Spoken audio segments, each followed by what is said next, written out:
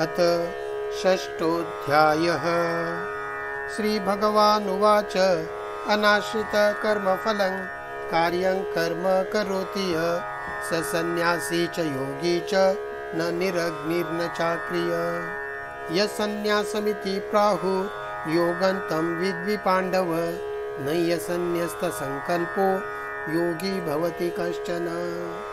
आरुरुक्षो मुनिर्योगं कर्म कारणमुच्यते योगारूढस्य तस्यैव शम कारणमुच्यते। यदा हिनेन्द्रियार्थेषु न कर्मस्वनुसज्जते सर्वसंकल्प सन्न्यासे योगारूढस्तदोच्यते। उद्धरेदात्मनात्मानम् आत्मानम् अवसदायेत् आत्मैव ह्यात्मनो बन्धु आत्मैव रिपुरात्मना।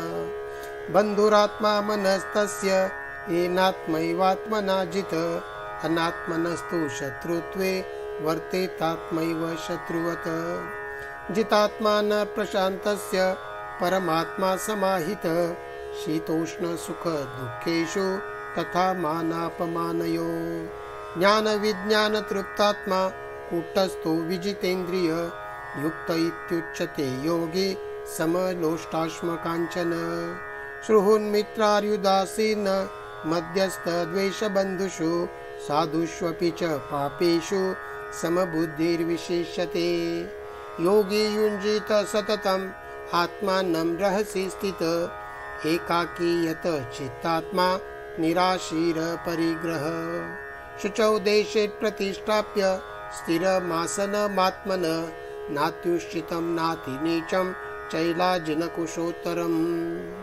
तत्रैकाग्रं मनः कृत्वा यतचित्तेन्द्रियक्रिय उपविश्यासने युञ्जात् ध्योगमात्मविशुद्धये।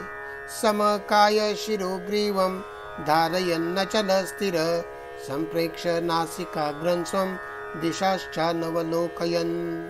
प्रशान्तात्मा विगतभिः ब्रह्मचारी व्रते स्थितः मनः संयम्य मच्चित्तो युक्त आसीत् मत्परः। युञ्जनेवं सदात्मानं योगी नियतमानस शान्ति निर्वाण परमा मत्संस्थामधिगच्छति। नात्यश्नतस्तु योगोऽस्ति न चैकान्तमनश्नत न चाति स्वप्नशीलस्य जाग्रतो नैव चार्जुन। युक्ताहार विहारस्य युक्तचेष्टस्य कर्मसु युक्तस्वप्नावबोधस्य योगो भवति दुःखः। यदा विनियतं चित्तम् आत्मन्येवावतिष्ठते निःस्पृहः सर्वकामेभ्यो युक्त इत्युच्यते तदा। यथा दीपो निवातस्थो नेङ्गते सोपमा स्मृता योगिनो यत चित्तस्य युञ्जतो योगमात्मनः। यत्रोपरमते चित्तं निरुद्धं योगसेवया यत्र चैवात्मनात्मानं पश्यन्नात्मनि तुष्यति। सुखमात्यन्तिकं यत् बुद्धिग्राह्यमतीन्द्रियं वेत्ति यत्र न चैवायं स्थितश्चलति तत्त्वता। यन्लब्ध्वा चापरं लाभं मन्यते नाधिकं तत् यस्मिन् स्थितो न दुःखेन गुरुणापि विचाल्यते। तं विद्यात् दुःखसंयोग वियोगं योगसन्नितं स निश्चयेन योक्तव्यो योगो निर्विण्णचेतसा। संकल्प प्रभवा कामान् त्यक्त्वा सर्वान् शेषतः मनसैवेन्द्रियग्राम विनियम्य समन्तत।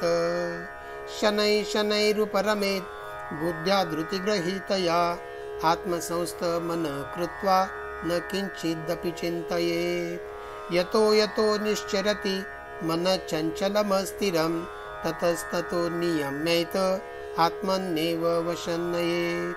प्रशान्तमनसः येन योगिनं सुखमुत्तमम् उपैति शान्तिरजसं ब्रह्मभूतमकल्मषम्।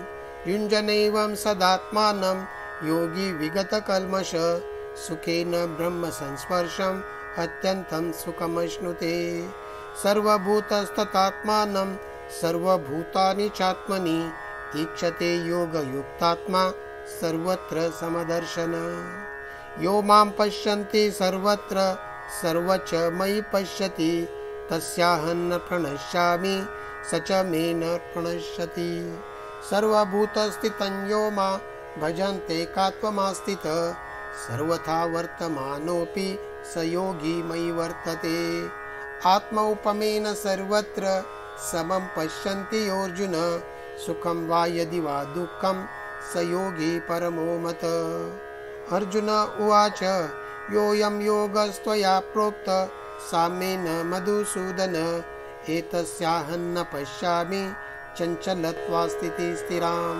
चञ्चलं हि मनः कृष्ण प्रमाथि बलवदृढं तस्याहं निग्रहं मन्ये वायोरिव सुदुष्करम्। श्रीभगवानुवाच असंशयं महाबाहो मनो दुर्निग्रहचलम् अभ्यासेन तु कौन्तेय वैराग्येण च गृह्यते। असंयतात्मना योगो दुष्प्राप्य इति मे मति वशात्मना तु यतता शक्यो वाप्तुमुपायत। अर्जुन उवाच अयति श्रद्धयोपेतो योगाश्चलितमानस अप्राप्य योगसंसिद्धि काङ्गति कृष्ण गच्छति। कश्चिन्नो भयविभ्रष्ट छिन्नात् भ्रमिव नश्यति अप्रतिष्ठो महाबाहो विमूढो ब्रह्मणपति। एतन्मे संशयं कृष्ण छेतुमर्हस्य शेषतः त्वदन्य संशयस्यास्य चेता न ह्युपपद्यते। श्रीभगवानुवाच पार्थ नैवेह नामुत्र विनाशस्तस्य विद्यते न हि कल्याणकृत् कश्चित् दुर्गतिं तात गच्छति। प्राप्य पुण्यकृता लोकान् नुषित्वा शाश्वती समा शुचीनां श्रीमताङ्गेः योगभ्रष्टोऽभिजायते। अथवा योगिनामेव कुले भवति धीमताम् एतद्विदुर्लभतरं लोके जन्म यदीदृशं। तत्रन्तं बुद्धिसंयोग लभते पौरदेहिकं यतते च ततो भूय संसिद्धो कुरु नन्दन। पूर्वाभ्यासेन तेनैव हीयते ह्यवशोऽपि स जिज्ञासुरपि योगस्य शब्दब्रह्माति वर्तते। प्रयत्नाद्धतमानस्तु योगी संशुद्ध किल्बिष अनेक जन्म संसिद्ध स्ततो याति पराङ्गतिं। तपस्विभ्योऽधिको योगी ज्ञानिभ्योऽपि मतोऽधिक कर्मभ्यश्चाधिको योगी तस्माद्योगी भवार्जुन। योगिनामपि सर्वेषां मद्गतेनान्तरात्मना श्रद्धावान् भजते यो मां समे युक्ततमो मतः।